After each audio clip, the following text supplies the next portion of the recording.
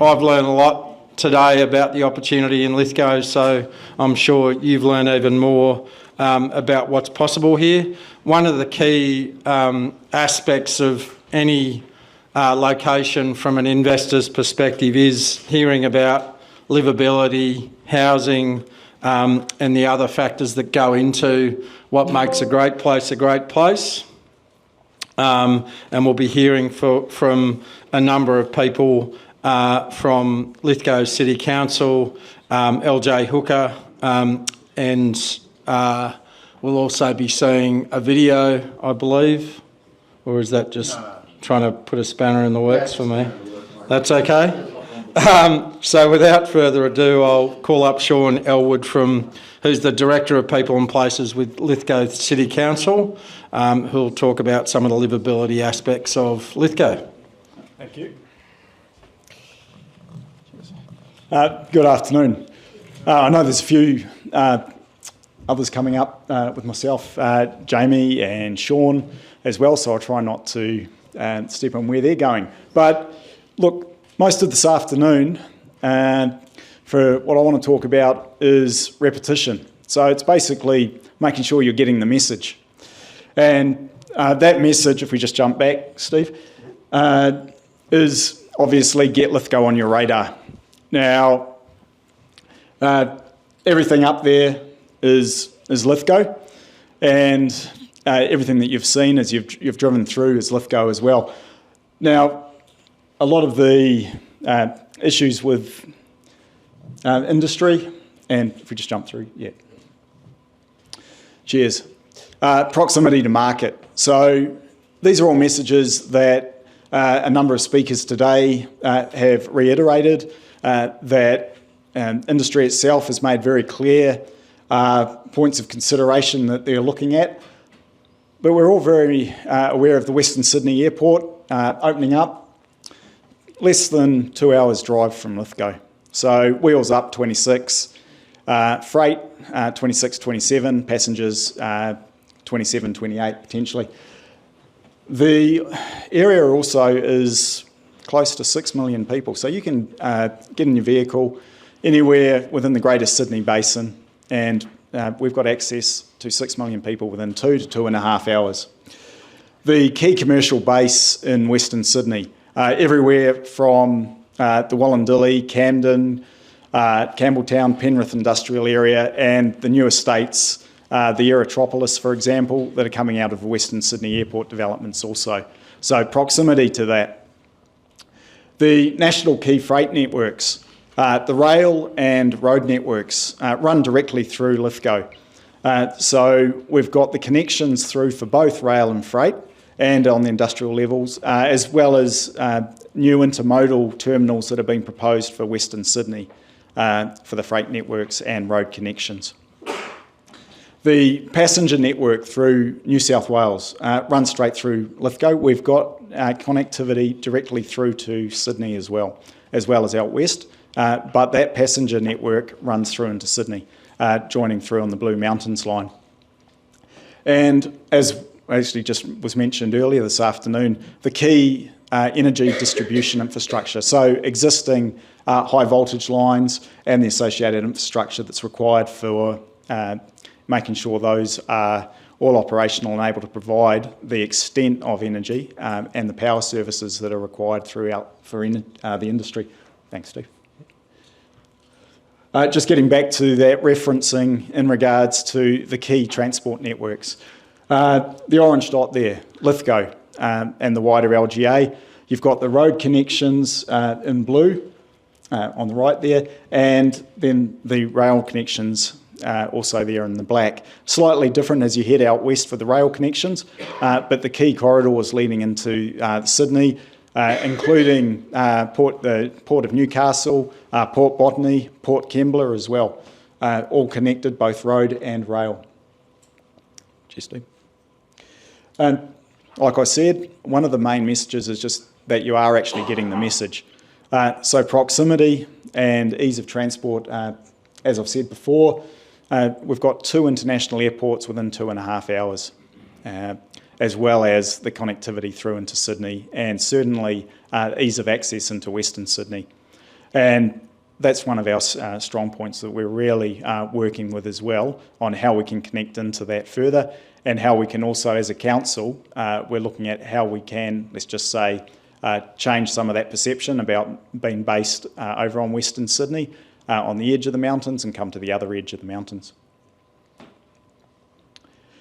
Now, this is quite a significant piece, and it reinforces the involvement this afternoon from Oz Business, federal government, and also the state government. There are 3 tiers of government. So we've got Commonwealth and the state government and the local government at Lithgow that have all made commitments to drive the growth and economic diversity of Lithgow through the transition process that the Mayor mentioned briefly this morning, and that quite a few of the other operations that are planning on setting up and working through, like the foundations, such as Green Spot, some of the best proposals as well, to generate that growth and economic diversity. It's one of the more central foundations for why we're trying and moving towards establishing the strong drive for Lithgow. There's not many locations across the state that actually have those 3 levels of government, or 3 tiers of government, depending on who you're speaking to, committed to actually seeing a transition and a diversification of the economy and the local growth area. So basically, it's through to establishing Lithgow as one of the future centres for the Central West and Western New South Wales. So key to that, and it was just reiterated before, we have a resident skilled population, and we also have the ability to access a skilled population base for your workforce. We have industrial and commercial lands ready for development.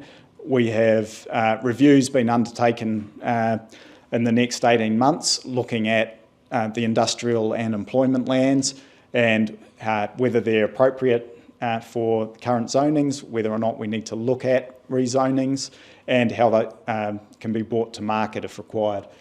And that's basically through the local environment plan process, which was also referred to in the previous session. So just a key element there. Now, this is also the other piece, where we know that you have to compete with your employees and prospective employees to get them through to wherever you want them to work. This is just a quick rundown on some of the elements that seem to be a little bit hidden. People don't realise when they're thinking of Lithgow. Lithgow isn't just the Maccas as you're driving between Sydney and Bathurst or Orange, and we need to change that, and we are. Everyone that knows that it's not is on a win, but we'll get there with everyone else. But just reiterating, the swimming pool complexes, sporting complexes, the national parks. Louise that was speaking this morning about the $50 million investment, quite a large lifestyle investment for that element. So it's focusing on the next generation that's coming through for employment and wanting to work and live in regional New South Wales. Some of those might not be everyone's cup of tea or interest, but that's just where we're heading, and that's what's available here. Everything from paragliding, hang gliding, canyoning, through to just sitting down and just relaxing, watching the sunset. So, thanks.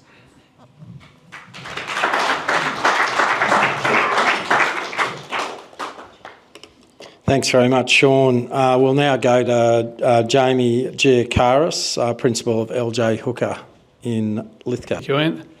Good afternoon, everyone. So, along with my wife Kirsty, we're the owners of LJ Hooker Lithgow. I've been a resident for pretty much all my life in Lithgow. I went away to university and came back to a job opportunity post real estate valuation degree to a job which I thought was probably going to see me out maybe 3 to 6 months, and then moved on to own the business, and absolutely passionate about the potential that the area, the region offers, and I guess the growth curve that we're on, and hopefully we're at the bottom to the mid part of that growth curve now to see investment in our area. So what I'm going to do just roughly is, without going through too much sales speakers, just run through some, I guess, a snapshot, and back to what Sean said, is what is the attraction factor for your employees if you decide to make the investment move to the area?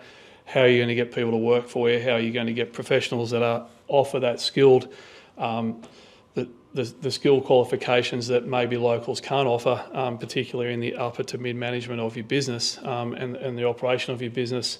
And people obviously will look at their lifestyle, their family situation and say, well, what is it going to cost me to move to the area? And in some cases, if they're established equity in property, which most of these professionals are, of course, they're coming in with a very positive changeover on maybe other investments that they own or other properties that they've sold. So just quickly, the first slide showing that the median price for residential property in the location at the moment is $495,000. You can see the 5-year median trend, and like all regional locations, we saw 20 to 25% growth from 2020 through to 2022, and that I think is a very reliable number for all of regional New South Wales. I don't think there's too many locations that didn't see somewhere between 20 and 25% growth. So you can see that curve, very steep curve there, and then things have levelled off, again, like the rest of regional New South Wales and metropolitan areas, back to a fairly level line there. So what's the prediction for the next couple of years? Well, certainly we're going to rely on heavily on investment in the area, and then the major economic cycle, interest rates and other confidence indicators to see where our market goes. But we're still an attraction destination for people who have cash for super fund, small super fund, self-funded retirees, super fund investors who have a certain amount of cash to invest and don't want to borrow to invest in a residential property. And certainly massive potential for commercial and industrial development, which we've already heard from our main key speakers this morning. So we go to the next slide there, Steve. So Federation properties in our marketplace currently, 2 to 3 bedroom Federation double brick classic properties such as these, starting at very reasonable prices. You can see in a 2 bedroom, 600 to 800, still well below metropolitan for the upper end of the Federation type properties and double brick properties in nice residential locations through Lithgow. Executive homes, obviously for the executive employees who have equity behind them at 800 to 1.2 is a very realistic range for upper end residential properties and residential estates. And these are 4 to 6 bedroom homes that obviously are nice and new. Wallerawang offers a really good alternative for those that don't want to be in town in Lithgow, and certainly close to work when we're talking about the industrial push in this direction. Vacant land, and I'll stress that these stats don't count the 300 odd allotments planned for foundations or the 1,250 allotments planned for green spots. So these blocks are in the process of being developed at the moment. So 300 odd allotments about to come into the market over the next probably 2 to 5 years. And you can see that we're running into small acreage out at Portland at 485 to 590. Very reasonable real estate entry level pricing for lifestyle properties. Hartley Valley is very popular because of the accessibility back to the Blue Mountains and back to Western Sydney. And then there's our Lake Wallace, of course, at Wallerawang. We have a little estate there for sale at the moment, and around the mid 500s for a 5 acre or 2 hectare site with a view of the lake is pretty attractive. So you can see their lifestyle at 750 to 1.3 is a very realistic range, and their properties on 5 acres or so in areas like Hartley, Marangaroo, Wallerawang. This one here is at Meadow Flat, another one there at Meadow Flat. And that one is over at Wallerawang, again with a view back towards the green spot site. This one also was in Wallerawang. So it is certainly an attractive factor there. In the rental properties, currently median rent in the market is $400 per week. Again, very reasonable, very affordable. And for a workforce that maybe doesn't immediately see a long-term future, if it's construction phase type employment, then that is certainly going to see very realistic expectation there at 360 to 390 a week in two bedroom homes, and then larger family homes at 400 to 450 a week, and certainly nice comfortable accommodation on offer there. And then in the executive end of the market, we're seeing 600 to 650 being fairly average for these modern brick veneer family homes.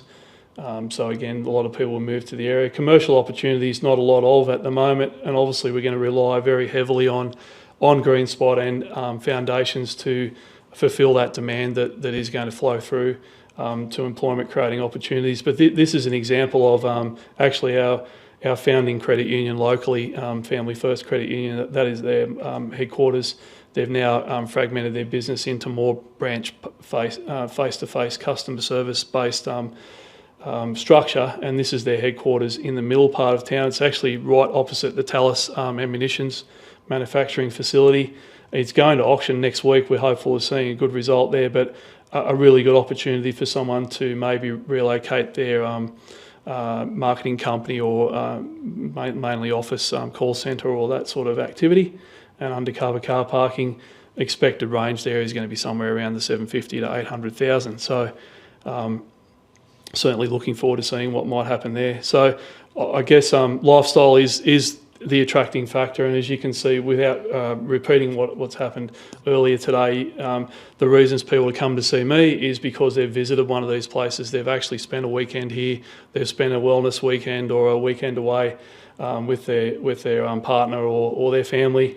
They've spent time in the national parks, they've driven through the Blue Mountains, and they then start thinking about their life decisions, employment opportunities, and I guess from the COVID push of trying to get out of the rat race and into the regional areas. So you can see that guy there in the bottom photo with the big trout in his hand. Well, that was caught about 5 minutes from my back door. I finished work one day and decided to go for a fish. So that's the type of lifestyle that we're offering, is simply, jump in your car, drive 2 minutes down the road to the nearest creek. That was in the middle of Wallerawang. That's Wallerawang, you can see in the background. So I was literally a kilometre from our door here. So that sort of lifestyle, I guess, is what we have to offer, and it's not something that any employer in the city can offer. So I think that's our point of difference. You can see the waterways that we do have, Lake Lyell, Lake Wallace, Cox's River, Thompsons Creek Dam. They're all activities that people obviously crave. And apart from the actual east coast of Australia, I suppose, in terms of waterways and freshwater fishing, kayaking, water skiing, and all those sorts of boating activities, we really have all of those things on our doorstep. So again, what's the attraction factor? Well, it is all of those things combined, and obviously lifestyle is part of someone's decision to come work for you and follow your company through a growth phase, hopefully into some of our larger industrial and commercial developments yet to come. So that's pretty much the summary, but I hope that gives you a bit of a snapshot on where we would sit in terms of real estate values, and you can see that it's all sitting well below metropolitan and coastal median values for rental and for sale. And I guess over the years I've dealt with a lot of professionals who moved to the area, and that it could be GPs, it could be engineers over at Mount Piper, it could be mining engineers, and people who are moving in with tertiary qualifications and a high net income behind them. Those are the people that are craving lifestyle and craving the opportunity to live on 5 acres with an executive home for under $1 million. They're people who can then see themselves clear to invest in other real estate aside from their principal place of residence, rather than sitting on a $3 or $4 million property and having no disposable income or opportunity to invest elsewhere. So it certainly is life-changing for those that have moved here. They'll tell you the same story, that they thought they were going to come for a little stint and end up becoming a lifelong resident. So thank you for listening, and hope that helps. Thanks, Jamie. If you could just take a seat on the panel over here, and we'll come back with some questions in a minute. And I'll expect an invitation to go trout fishing next time I'm in town. Last of all, just like to call up Sean Hanlon with Destination New South Wales. Thanks, Ian. I too also would like to just acknowledge we're meeting on the lands of the Wiradjuri people and pay my respects to the elders past, present and emerging. Destination Central West, actually, so funded by Destination New South Wales. I think I've referred to myself a few times as a bit of a quongo, so we're a quasi-autonomous non-government organisation. We're funded by the government, but I report to an independent board, so it's kind of the best of both worlds. But our role is to work with Destination New South Wales, the state agency, and obviously advocate for issues at the local level back up to state government, but also to bring state government programs for the visitor economy to the regions as well. So our region, we're obviously isolated from the rest of the state by the look of that map, but we operate across from Lithgow to across the Lachlan Shire, Lake Kajellico. It'd be remiss of me, and Rich will have my guts for garters if I'd say Gateway, so I'm going to say that Lithgow obviously is very strategically located there as the first stop on a journey to the Central West from either Sydney via either the Blue Mountains or the Bells Line. A little bit about the visitor economy, I suppose, broadly in the Central West. It was an industry like most others that suffered very much with COVID in the end of 2019 and all the other sort of natural disasters we've tried to forget. But at the end of 2019, the visitor economy was worth about $1.35 billion in the Central West and received about 5.2 million visitors. In 2022, the latest data that we have, we're still waiting on the 23 data, it had grown to $1.77 billion, so it had recovered quite well over that period. However, our visitors had declined to 4.9 million visitors. But I guess in my mind, that's actually not a bad thing because it means we're getting a higher yield from the visitors we're having. It means we're not sort of being subject to over-tourism at all, but we are getting better bang for our buck out of the visitors that are coming here. The Lithgow visitor economy receives about 600,000 visitors per annum, and they contribute about $132 million into the local economy in the Lithgow LGA. So it's the fourth largest visitor economy in my patch on that map that you saw there earlier. Just quickly to take it up a little bit to the state government level, the visitor economy strategy is the strategy the New South Wales government is using to grow the visitor economy for the state. So as anyone who knows anything about the visitor economy, it's a growth industry, and it had been on a very strong trajectory until 2019, other than those little blips that I talked about earlier. But in 2021, I think it was, they came out with a new target of $65 billion there in the bottom left-hand corner to grow it from $40 billion or $43 billion, I think it was, at the end of 2019. For regional New South Wales, the contribution of overnight visitor expenditure of $25 billion. And day trip visitation is obviously very important to the regions, particularly those close to Sydney, but also from other regional New South Wales towns of $10 billion. Jobs, obviously a key outcome of the visitor economy. The intent is to grow that from just under 300,000 jobs in 2019 by 10%, an additional 30,000 jobs. It's probably slightly lower than that. Like every other sector, the visitor economy is suffering from lack of staff at the moment as well. But the goal is to become the premier visitor economy in the Asia Pacific by 2030. Next slide, thanks, Steve. So really quickly, I guess the strategy, and what I'll do then is in the next couple of slides, I'll see how this applies, or try and explain how this applies for the local region as well. But it's guided by three phases. 2024, which we're in now, is the recovery phase. And essentially what we're trying to do is get back to those 2019 expenditure levels. As I said earlier, in the Central West, we're actually above those. We're above that target already. The whole of regional New South Wales is at about $19.1 billion against the $20-odd billion 2019 level. So there's a bit of work to do. Momentum phase, and it's been mentioned before, but it'll be enabled by things like Western Sydney Airport. Obviously, the proximity to Lithgow is going to be very important for Western Sydney Airport, and I think that's a huge opportunity for this region as well. Up to 2030, the accelerate phase, when all of that infrastructure has been built in the region and hopefully is then firing, and obviously then supported marketing by Destination New South Wales to drive the visitor economy towards that $65 billion mark. I'm going to just focus there on showcase our strengths, the middle pillar, the strategic pillar, because I think that applies very well locally. Next slide, thanks, Steve. So showcase our strengths. Essentially, this was within the visitor economy strategy, and I think this is where regional New South Wales has the best opportunity to shine and really identify in those sort of five pillars there of icons and hidden gems, small town charm, vibrant contemporary culture, reconnecting nature and world-class food and drink. You have to say that regional New South Wales does very well. This particular region, I think, ticks about 17 out of 25 of those boxes down the bottom there. And I think Lithgow has the real opportunity to leverage the assets that it has and own this space in terms of that, showcasing our strengths for small town charm, vibrant culture, etc. Underpinned by all of those things that Sean and others have mentioned earlier, the Gardens of Stone, the investment by National Parks and State Government into outdoor recreation, forward driving, cycling, inland waterways, as was mentioned earlier. Not a trout fisherman, but maybe I could be converted. There's some very strong events and festivals within the region already, and obviously there's been some recent investment into the Zigzag Railway as a visitor economy driver. Next slide, thanks, mate. Thank you. The work that we do is aligned to the State Visitor Economy Strategy, and it's our Central West Destination Management Plan. We've got a bunch of actions and a bunch of objectives in there, but importantly, I think for us, it's also about creating opportunities beyond the region and across the regions or across the LGAs. Really strong opportunity for Lithgow to be that entry point to the broader Central West, as I said. The surrounding regions of Mudgee, Bathurst and Orange are obviously very well visited and very well known. There's a huge opportunity for Lithgow to leverage that opportunity of those visitors coming through and doing more than just stopping at the McDonald's or whatever it might be on the way through, but also hero attractions like Genolan Caves in the region as well, which are driving visitors.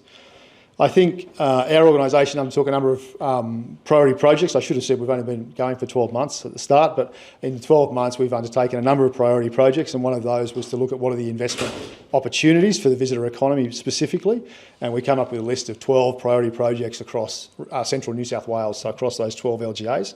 4 of those sit within the Lithgow LGA. So we will continue to leave the Great Western Highway upgrades and tunnels and all other things on our list of priorities, because I think it does remain a key priority for the region. Obviously the Gardens of Stone, which was mentioned earlier, the Genolan Caves precinct facilities and access upgrades, and the Lithgow mountain biking precinct as well. So 4 out of 12. I mean, that's a pretty big effort for Lithgow in terms of key infrastructure objectives in the visitor economy. Next slide, thanks, mate. So really, what is the appeal of the destination of Central West and Lithgow itself? Is the positioning is to indulge in the richness of a region immersed in nature and rural landscapes, enlivened with arts and culture, brimming with exceptional food, drink, and produce to revitalise your senses. Someone asked me earlier, I think Ricky, you asked me why Lithgow. I think Sean nailed it in his proximity, diversity, and opportunity. I think exactly this positioning speaks to the opportunity for Lithgow and those 6 key pillars, and I think you can see the alignment there through those themes. Last slide, thank you. Tourism is everyone's business. I think it's really important to understand that visitors don't just come to a region and drop some money and leave. There's a flow-on effect. There's a couple of, I think you mentioned earlier in relation to the people that are coming to see you to buy property, are those that have been to visit the region previously, and that's one of the best things. The other thing is that every dollar is spent by a visitor in sort of petrol, transport, entertainment, attractions, etc., is then generated through the economy by the business, which then goes on to benefit everybody, including the butcher, the baker and the candlestick maker. And a really quick stat for you, every dollar spent in the tourism sector, a further 82 cents is generated elsewhere in the economy. So it really is an import industry, if you like. It's bringing in dollars from the outside. That's about it for me. Just last slide for wrap up. Thank you. Thanks, Sean. We'll just fire off a few final questions for our final speakers. So this is open to anyone, but how do the livability advantages of Lithgow translate as a competitive edge for local companies? Look, I think a lot of that comes down to who you're trying to basically bring into town. Look, that's one of the last slides that we had up through Sean's of talking about the tourism elements. The other one's about the livability of Lithgow. I mean, when we're trying to say come to somewhere different. There was talk, over the last few years, you might have seen some of the comments saying, okay, Lithgow is a satellite suburb or a satellite town of Sydney. Everyone that looks at a map can go, okay, is Lithgow in Sydney? No, it's not. So we're stopping that sort of messaging, just saying Lithgow is 1.5 hours drive to Western Sydney, 2 hours to Sydney. That livability aspect, as Jamie was saying, is a key element. We're trying to really focus on the fact that you can still access all the services or the bright lights, big city elements that are just over the hill in the Greater Sydney Basin, but at the same time you can have that sort of different lifestyle of open space, less density per hectare, so to speak, within Lithgow. And from a council perspective, we've got 2 areas that we're starting to look at. We're about to start working through, let's just call it a strategic marketing strategy for the brand of the LGA. I won't say brand Lithgow, I won't say brand Seven Valleys, but looking at how we're going to be able to look at let's just say consumer research will underpin a range of that, looking at what perceptions are of Lithgow, what we may need to look at, or what we currently have that we can sell quite strongly.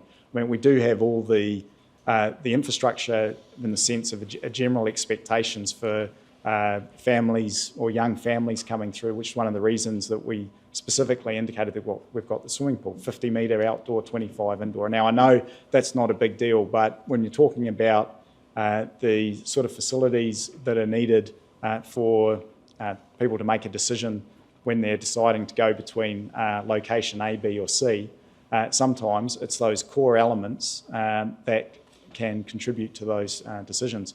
So, yeah, I know you want to make some comments. So for some, it could just be the difference between living in an apartment and living in a house with a backyard, having a trampoline for their kids, or it could be the difference between living on a 400 square metre block in a townhouse and living on a 1,000 square metre or quarter acre block with a 4-bedroom, 2-storey home. Or it could be the opportunity to live on acreage. It could be the opportunity to live on a bush block with birds in the trees. So it's the livability for a lot of people means a lot of different things. It could also be that when you bundle the kids in the car to go to school, that it's a 2-minute drive and you've got one set of traffic lights between your front door and the school. It could be that if you need to duck back to work after the evening meal at night to do some quick catch up, that you're a 3-minute drive from your workplace and then you're back home in bed by 9:30 or 10. So it's those sorts of things that are very hard to measure, but once people enjoy those factors, they would never go back to their previous life. So, Excellent. Something we haven't touched on today, which is really important, is access to university, TAFE, other education providers. Just wondering if you can talk about, what education providers here and access we've got to those. Oh, well. Yeah, you might want to speak with some of the vet. So as far as schools are concerned, there's certainly been an uptake in early childhood childcare centres, which I think from memory there are 5 of locally, including Wallerawang and Portland, which both villages have their preschools. There are 4 public schools. There is one primary Catholic school and Catholic high school.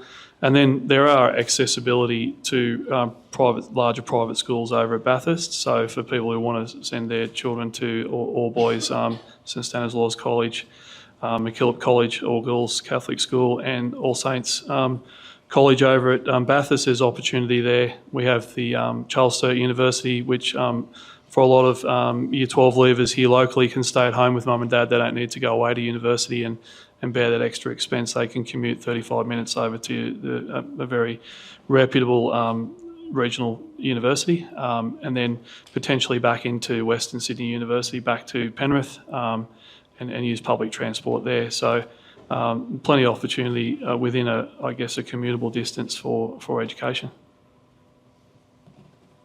Yeah, just one other comment on that as well. There are a number of providers, especially from the medical industry, that are also having a strong move towards internment or placements, and even large block course elements as well, where those that are undertaking those trainings, especially from some of the other large universities, are moving or spending block times out in Lithgow as well. So that's a bit of a change that we've seen in the last few years. Excellent. And are we seeing much, do people commute from other locations? Why would you out of Sydney, I say, but are you seeing people commute out of Western Sydney? Are you seeing people commute from other locations? I think some people are prepared to do that from Western Sydney. What our major target market for lifestyle buyers and people looking to make a change is Western Sydney. I think some people will trial the job or trial the actual area before they make the move. In some cases, they are travelling from Penrith, Richmond, Windsor. So the Hawkesbury and Penrith regional area are certainly areas where people will attempt to do the commute, and certainly areas like Bathurst, Oberon and Orange. So more and more we're seeing that. We have the what they call the Bathurst Bullet that comes through from Bathurst, which is an express train. It's a commuter train which I think leaves Bathurst at 5 a.m. and arrives in the city into Central and back again at night. So there are people that would work from home the majority of time and maybe jump on the express train to access their meetings once a week or twice a week back to the city. So. Excellent. Just one final question for Sean. So Sean, does Destination get involved in highlighting investment opportunities for investors in tourism? Is it something that you've looked at previously? Yeah, so from our perspective, as I said earlier, new organisation. We've been around 12 months, previously serviced by a country and outback. But yeah, absolutely. So the work that we did in terms of identifying the infrastructure priorities for the Central West was about creating those opportunities. So when we get asked the questions of where we should invest, we have those answers. So it's a good piece of work. It's also about leveraging some of the investment that's already happened in the region. But yeah, absolutely. So there is those 12 key priorities. Excellent. That brings us to the end of this panel and also to the end of the formal proceedings today. So if you could just join me in thanking our final panellists.